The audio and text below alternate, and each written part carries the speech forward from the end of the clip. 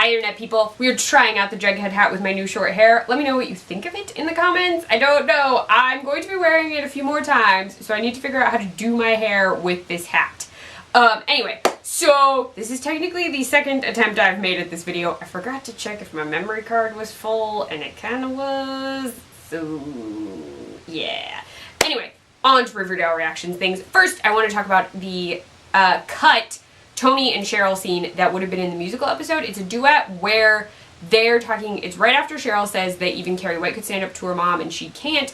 There was actually a duet number. It's very small. It's really good, and I really wish they hadn't had to cut it. Like, I get it, it's time, I understand, but it was still a really cute scene. Both women did a great job. They have really good singing voices. I really liked it. But on to this episode where a lot of things are happening. So I have decided that for this, I'm going to talk about Cheryl and Kevin first, and like Sheriff Keller, that's all going to happen right here. Then we're going to do Veronica Archie. I'm going to tie all that up, and then I will do Jughead Betty Alice. Got it? Okay. So first off, there is the funeral because Midge is dead. I couldn't say Midge's name. Cheryl sings at the funeral, and all of the vixens are wearing like funeral-ready cheerleading uniforms, which I thought was really random. Are there enough funerals in Riverdale at this point that they need them? Like, I saw them and I was like, huh, they look really cool, but also like, huh, your school has completely black cheerleading uniforms just in case. But Cheryl is pissed at Sheriff Keller. She doesn't think he's doing enough. She thinks he's the sole reason that the Black Hood was able to get Midge. And then this ties into Hiram and Hermione a little. They're trying to use Cheryl to boost Hermione's campaign. Hermione was apparently going to write about Sheriff Keller. Instead, she asks Cheryl to do it over high tea, or at least tea of some kind. And when that occurs, Cheryl writes it. Kevin is irate that Cheryl wrote it, wants her to do a retraction. Cheryl says no, because his father is the reason the Black Hood was not caught. Then later in the episode, we learn that Sheriff Keller has been asked to step down. He's also drinking, like he's very upset, but someone else would be called in, and he actually thinks maybe they'll be able to solve the case of the Black Hood because he does say he cut corners. So something happened. So he did not have enough evidence for Svensson is what we're getting at, which is not great. Over on the Veronica Archie front, Veronica is worried that Archie is going to go full vigilante, and he's telling her like, no, but he is worried a lot about his dad. The issue is that he starts seeing someone in all black, like in random places. He chases this person down, turns around, it isn't Black Hood. Their eyes, like, it's not Black Hood. You immediately know it's not Black Hood. Then more people in black show up, beat the crap out of Archie. He gets literally kidnapped by Nick Sinclair. I always want to say Sinclair, and that's not it.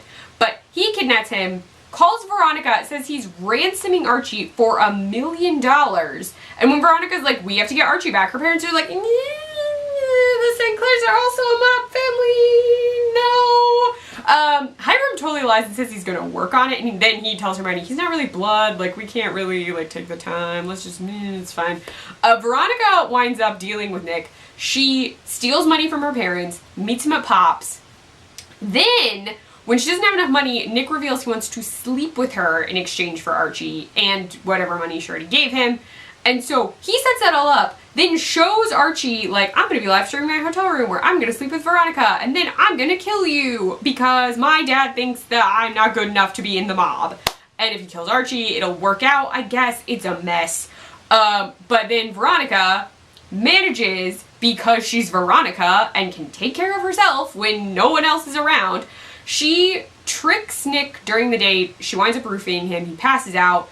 Archie, during this, like, breaks his way out of the chair he's tied up to and the warehouse. He gets there. Veronica's already handled it. She then calls Papa Sinclair, I forget his first name, and says, I want $1 million for your son, because I have him.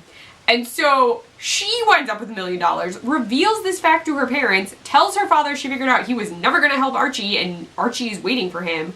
Then in the study with Hiram, who did not care what happened to Archie, mind you. He didn't at all. Archie's like, have I earned my bones with you? Which is what Nick kept saying about, like, being a full member of the mob family. And I'm like, no, what are you talking about? He then reveals that he wants to kill the Black Hood, and Hiram's like, I will help you with this endeavor. And I'm like, the heck is wrong with you people? Like, it's this whole messed up situation where, like, Archie is trying to prove himself to Highr'd by like saying he wants to kill someone. I'm like, Archie, what are you doing? What are you doing? That's the Veronica Archie plot, which was admittedly decently big, but not the main plot. The main plot is Jughead, Betty, Alice. So, Jughead thinks Chick is the Black Hood. Betty doesn't really think that he is. She says, I brought him into our lives. Like, I don't think it's him. I really don't. But they go to Sisters of Quiet Mercy, where there's a photograph of Charles Smith, which is supposed to be Chick's real name. Charles Smith is not Chick. Charles Smith is Alice's baby. Chick is, somebody's kid, presumably, somewhere. They reveal that to Alice. Chick goes at them with a knife. Betty winds up knocking him out. They tie him up. They like wrap him up to a chair. They're trying to figure out what happens. Chick then says Charles Smith killed him. He OD'd, not killed himself officially, OD'd on Jingle Jangle after Alice told him to leave. Because he was apparently at the house long ago. Alice remembers this. He can tell she remembers. She loses it, winds up going to FP, then reveals to FP, Charles Smith, not Chick, was your child, and I'm the reason he's dead, and there's a lot of crying and hugging, and not everything is okay. Although FP's handling it very well. He then winds up showing up at the Cooper's house, where he tells Jughead they have to leave. Like, he's like, we have to let them deal with this, we can't be involved, we have to go. Because of his connection to Jason, he's like, we can't, we gotta go. Even though Jughead was, like, beating the crap out of Chick, he's like, we have to leave. Alice at some point reveals to Hal that there was a murder in their kitchen, and that she covered it up. She does not say Betty was involved. During all of this, Betty gets a call from the Black Hood asking her for Chick. She's to turn Chick over, and he'll make sure no one knows about the death in the kitchen. So, we're gonna get a little deeper into Black Hood in a sec. I'm gonna finish this plot and we're gonna come back to it. So, what happens is, Betty now knows that she can turn Chick over. She and Alice are trying to figure out what to do. At one point she says we could turn him over to someone. Alice doesn't want to, because she's like, we can't give him to anyone, like he would confess, da-da. He would like flip on us about the murder. Betty at a certain point winds up taking Chick out of the house to a cemetery to the Black Hood and says, like, you have a 70% chance of getting away. If you run now, you have a 60% chance of getting... He runs. We do not see Chick die, but the Black Hood is chasing after him like a bat out of hell. So, who knows? Betty comes back and says she took Chick to the bus station. No. My dog is casually barking upstairs.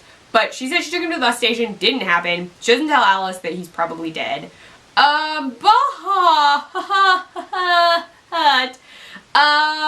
There's a Hal-related issue, at this point, because, yeah. So, Hal wasn't home the whole time Betty was gone, which is when Black Hood was with Betty. And, you see, earlier this week, late last week, somewhere in there, I was asked who I thought the Black Hood was, and I literally said, I have a person who could attest to this. Krista, my girlfriend, can tell you that I said this. I said, I think it might be Hal. He's the only male character who fits the body type.